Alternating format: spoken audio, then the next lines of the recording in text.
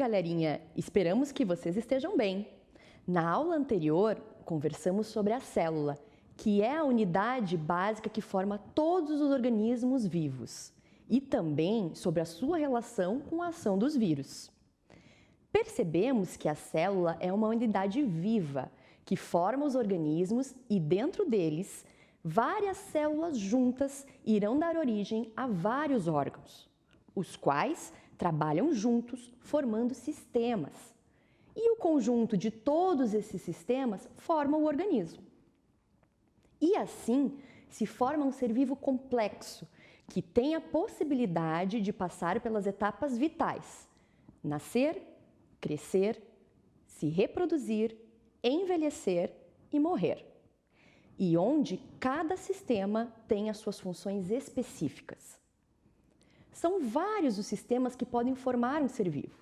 Focando no ser humano, temos os sistemas respiratório, digestório, excretor, urinário, linfático, imunológico, endócrino, tegumentar, muscular, esquelético, reprodutor, cardiovascular, sensorial e nervoso. Todos os sistemas e funções do corpo humano têm como base de controle o sistema nervoso. Vocês sabem o que é o sistema nervoso? É devido à presença do sistema nervoso que somos capazes de sentir e reagir a diferentes alterações que ocorrem em nossa volta e mesmo no interior do nosso corpo. Por exemplo, o fato de sentirmos o frio ocorre porque o nosso sistema nervoso interpreta essa sensação captada pela nossa pele. Isso acontece porque o sistema nervoso é responsável por captar, processar e gerar respostas diante dos estímulos aos quais somos submetidos. O sistema nervoso pode ser dividido em duas porções: o sistema nervoso central e o sistema nervoso periférico. O sistema nervoso central é formado pelo encéfalo e pela medula espinhal. Já o sistema nervoso periférico é formado pelos nervos, gânglios e pelas terminações nervosas. O sistema nervoso é composto por um tipo especial de tecido, denominado tecido nervoso, o qual possui como tipos celulares os neurônios e as chamadas células da glia. A principal dessas células, e também a mais conhecida, são os neurônios. Eles são responsáveis pela propagação do impulso nervoso e apresentam como partes básicas o corpo celular, onde está localizado o núcleo, e dois tipos de prolongamentos, os axônios e os dendritos. Já as células da glia estão relacionadas com várias funções, tais como nutrição e regulação do funcionamento dos neurônios. No sistema nervoso central, observa-se as chamadas substâncias branca e cinzenta. A substância branca corresponde aos axônios dos neurônios, enquanto a substância cinzenta corresponde aos corpos celulares. Como mostra a imagem, o sistema nervoso central é protegido por ossos e membranas. O encéfalo, por exemplo, está protegido pela caixa craniana, enquanto a medula espinhal é protegida pela coluna vertebral. Tanto o encéfalo quanto a medula estão envolvidos por três membranas denominadas de meninges, e são elas: dura mater, a mais externa, aracnoide, localizada entre elas, e recebe essa denominação pois, quando vista ao microscópio, possui a aparência de uma teia de aranha, e a pia mater, mais interna e altamente vascularizada. No espaço entre as meninges é encontrado um líquido cefalorraquidiano, que também apresenta, entre outras, a função de proteção. Ou seja, a união das meninges com esse líquido é que protegem o nosso sistema nervoso central. Vocês já devem ter ouvido falar em uma doença séria chamada meningite. Ela ocorre pela inflamação das membranas, as meninges, que envolvem o sistema nervoso central. Essa inflamação pode ser causada por vários organismos, como vírus, bactérias e outros. Vamos falar mais agora sobre os órgãos que formam o sistema nervoso central. O encéfalo, que está localizado na caixa craniana, é formado pelo cérebro, cerebelo e pelo tronco encefálico.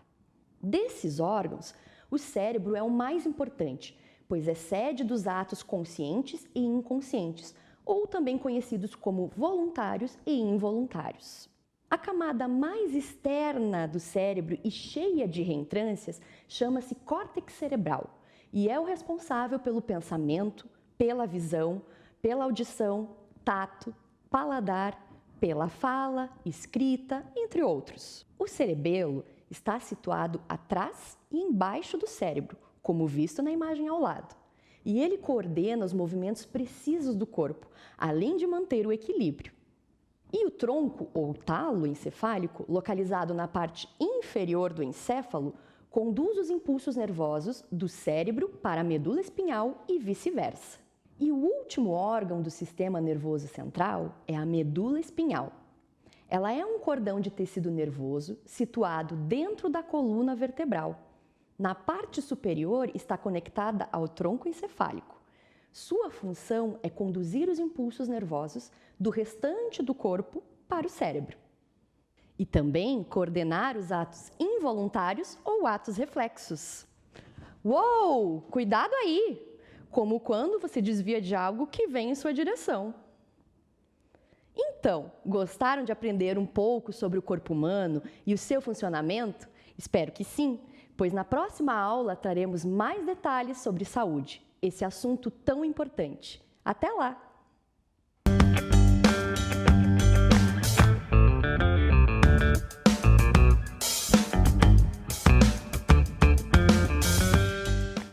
Olá, galera! Eu sou a professora Angélica. Olá, eu sou a professora Sara e hoje vamos falar um pouco sobre escutar e produzir música, que junto da dança são práticas comuns a todos os povos do planeta. Existem vestígios de que a música e a dança são importantes desde a origem da humanidade, tanto para rituais sagrados, celebrações sociais e transmissão da cultura, quanto para os momentos de descanso e diversão. Ouvir composições e assistir a danças de diferentes origens é uma forma de experimentar variadas maneiras de sentir e estar no mundo. Cada pessoa e cada povo tem um jeito específico de expressar e de compreender a arte. Você já percebeu que é comum associarmos músicas às experiências importantes da nossa vida? Por exemplo, a canção que marcou uma viagem ou uma música que faz você lembrar de alguém. Isso já aconteceu com você, Sara? Já, Angélica, e muito. E para vocês aí de casa, vocês têm ouvido música nos últimos dias? Sim? Quantas horas por dia e em que momentos? Como que a música pode nos ajudar a manter a saúde mental nesse período de isolamento social? Venha com a gente! O tema de hoje é sobre música e suas relações com a vida e com a saúde. Tema muito importante, não é mesmo? Você costuma cuidar da sua saúde física e sua saúde mental? Como está? Vocês aprenderam em ciências que é devido à presença do sistema nervoso que somos capazes de sentir e reagir em diferentes alterações que ocorrem em nossa volta e mesmo no interior do nosso corpo.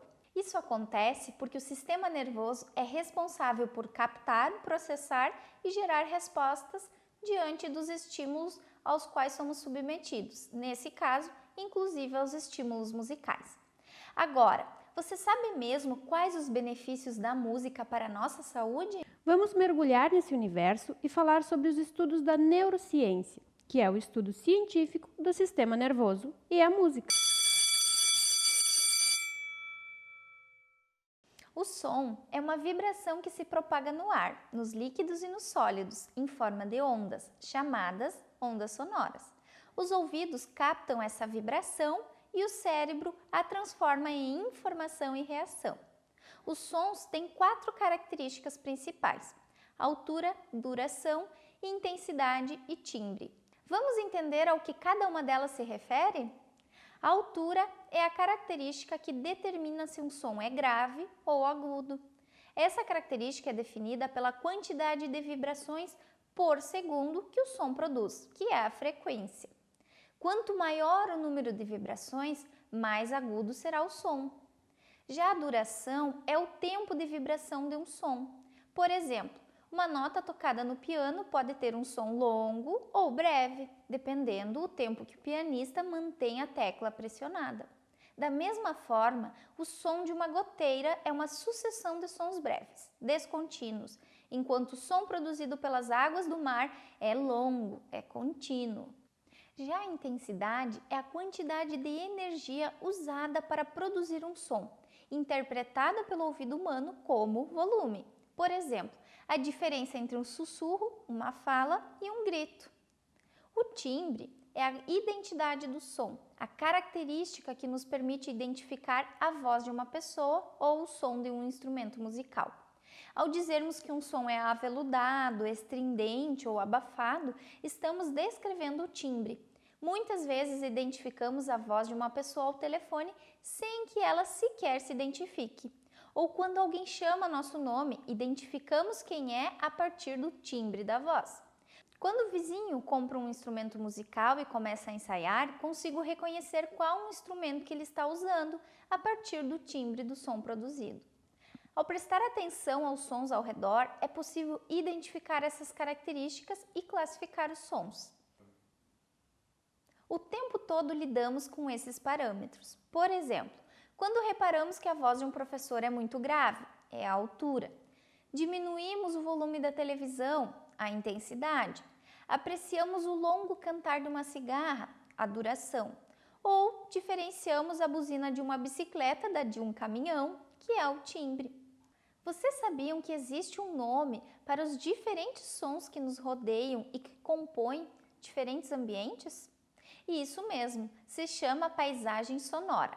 A paisagem sonora é composta por todos os sons percebidos ao nosso redor, desde os produzidos pela voz dos seres humanos e de animais, até feitos por máquinas e instrumentos musicais. Vocês sabiam que existe diferença entre som e ruído? Quem pesquisou e escreveu muito sobre isso e sobre paisagem sonora foi o professor e músico canadense Raymond Murray Schafer, na década de 1990. Para ele, ruído é qualquer som que interfere ou atrapalha aquilo que se quer ouvir. Por exemplo, estou tentando ouvir a aula de arte na televisão e passa uma ambulância. A sirene da ambulância é o ruído, não permite que eu ouça com clareza o som da televisão. Alguns sons podem soar desagradáveis, outros agradáveis, mas vale lembrar que o que é um som ruim para alguns pode ser música para outros. Exemplos de ruídos: um assobio, um carro freando, a chuva caindo no telhado, uma cadeira sendo arrastada, aquele som ou ruído do momento de entrada e acomodação na sala de aula, nas aulas presenciais, que hoje sentimos saudades. Isso mesmo, Sara. Como vocês podem perceber, a música está em todos os lugares e muito presente em nossa vida. Aliás, os efeitos da música no ser humano são conhecidos há milhares de anos, mas o modo como cada um recebe a música depende do estado emocional. Sabe-se que a música melhora a qualidade de vida, tendo influência em certas variáveis da saúde, como nas cardíacas, no coração, e cerebrovasculares, dos vasos do nosso cérebro. Vocês sabiam que a primeira impressão sensorial no ser humano parece começar na 20ª semana de gestação? E que o feto reconhece todos os sons, iniciando uma aprendizagem musical nessa altura. Como forma terapêutica, a música procura promover no paciente uma melhoria de ordem física, psicológica, cognitiva, espiritual ou até outra, contribuindo para problemas como ansiedade ou depressão, doenças da mente, que trabalhamos na nossa aula anterior, que criam uma baixa eficiência cerebral, a partir da diminuição da serotonina, que é um neurotransmissor envolvido na comunicação entre neurônios. O efeito da música consiste em estimular as células cerebrais, aumentando o nível de serotonina e, dessa forma, melhorar o humor e a disposição. A música também facilita o processo de aprendizagem, sobretudo nas crianças, quanto à informação e à memória, pois estimula a comunicação, a destreza da linguagem, sobretudo em crianças autistas ou com dificuldade de expressão. Já para os idosos, Muitas canções estão ligadas a memórias alegres ou tristes, ajudando a uma melhor interação em situações de insônia, dificuldade para dormir ou condição da pessoa que não consegue dormir de maneira alguma, depressão ou mesmo em doentes com demência ou Alzheimer. Existem 5 áreas nas quais as pesquisas sobre música, saúde e bem-estar concentram-se para verificar os benefícios da música nos sujeitos que estão inseridos nesses contextos. São elas: musicoterapia, música comunitária, uso da música no dia a dia, música na medicina e educação musical. Vejamos 2 destas áreas que têm relação direta com a saúde e bem-estar, que é a musicoterapia, cujo berço foi a Primeira Guerra Mundial, onde a música foi utilizada nos hospitais dos Estados Unidos por músicos profissionais, após comprovação do efeito relaxante e sedativo produzidos pela audição musical nos doentes de guerra. E na Segunda Guerra Mundial, onde a música foi utilizada para a recuperação de neuróticos de guerra. A musicoterapia pode ser definida de diversas maneiras. Porém, o aspecto mais importante é a ênfase na relação terapêutica entre o cliente e o musicoterapeuta, utilizando a música como o principal meio para estabelecer e manter essa relação, bem como produzir benefícios positivos para o cliente. As intervenções musicoterapêuticas priorizam os benefícios psicológicos ou fisiológicos dos clientes como objetivo primário e serão realizadas por musicoterapeutas qualificados. O objetivo das intervenções não será o desenvolvimento musical, em termos de aumento de habilidades, e também não há preocupação com o aumento geral das atividades artísticas no domínio musical, pelo fato de ser a área que sempre terá objetivos terapêuticos. A musicoterapia tem interfaces com todas as outras áreas. Existem diferenças entre a música em medicina e a musicoterapia. A musicoterapia é aquela realizada por musicoterapeutas, ou seja, por profissionais qualificados em musicoterapia, que utilizam métodos e técnicas específicos em musicoterapia, envolvendo sempre um processo terapêutico. Já a música em medicina é realizada por profissionais da área médica, que não são musicoterapeutas, como terapia complementar. A relação terapêutica entre o paciente e a equipe médica envolvida não se desenvolve através da música. A música é inseparável da emoção. Não é apenas um estímulo fisiológico, ou seja, apenas relacionado ao funcionamento de um organismo do nosso corpo. Por isso, é muito utilizada para o tratamento de pessoas com Alzheimer. Mas vocês sabem o que é essa doença? Sara, quer contar pra gente? Galera, Alzheimer é uma doença neurodegenerativa crônica, doença incurável e debilitante que tem como consequência a degeneração progressiva, ou seja, as pessoas têm de conviver pelo resto da vida porque não tem cura e precisam encontrar formas de amenizar os danos. Ela se manifesta lentamente e vai se agravando ao longo do tempo.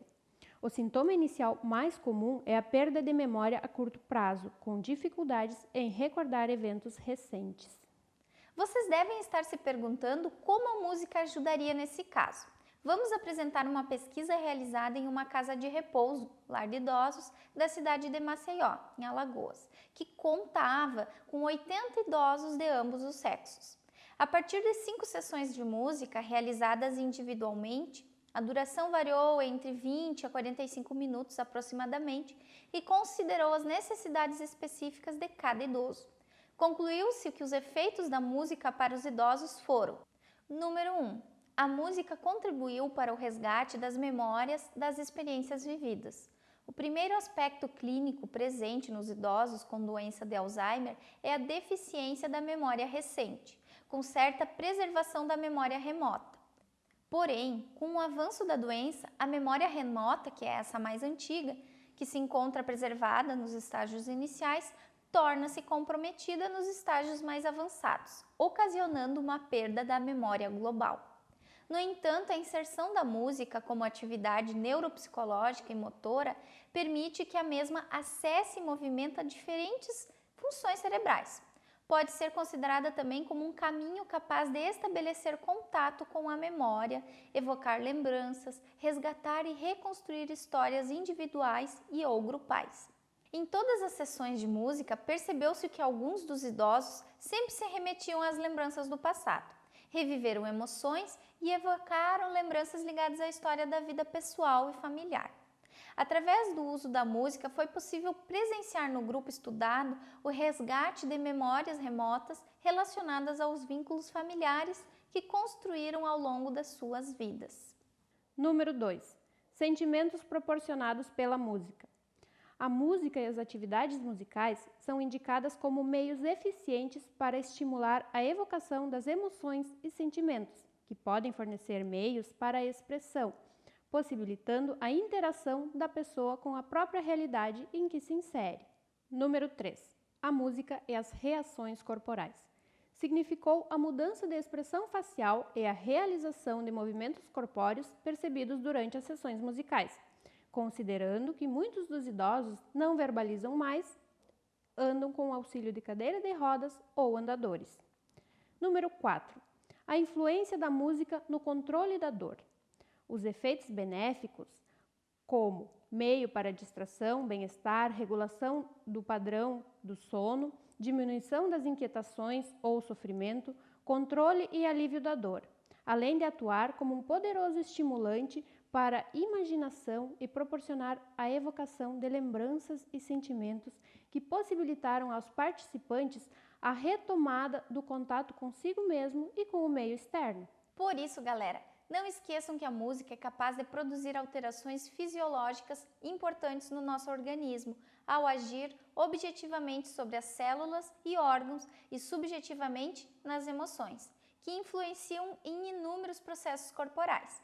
Vejamos aqui na tela alguns deles: atividade muscular, respiração, pressão sanguínea, frequência cardíaca, o metabolismo, digestão e o sistema imunológico, aumentando a imunidade, além de alterar a atividade neuronal em áreas do cérebro envolvidas.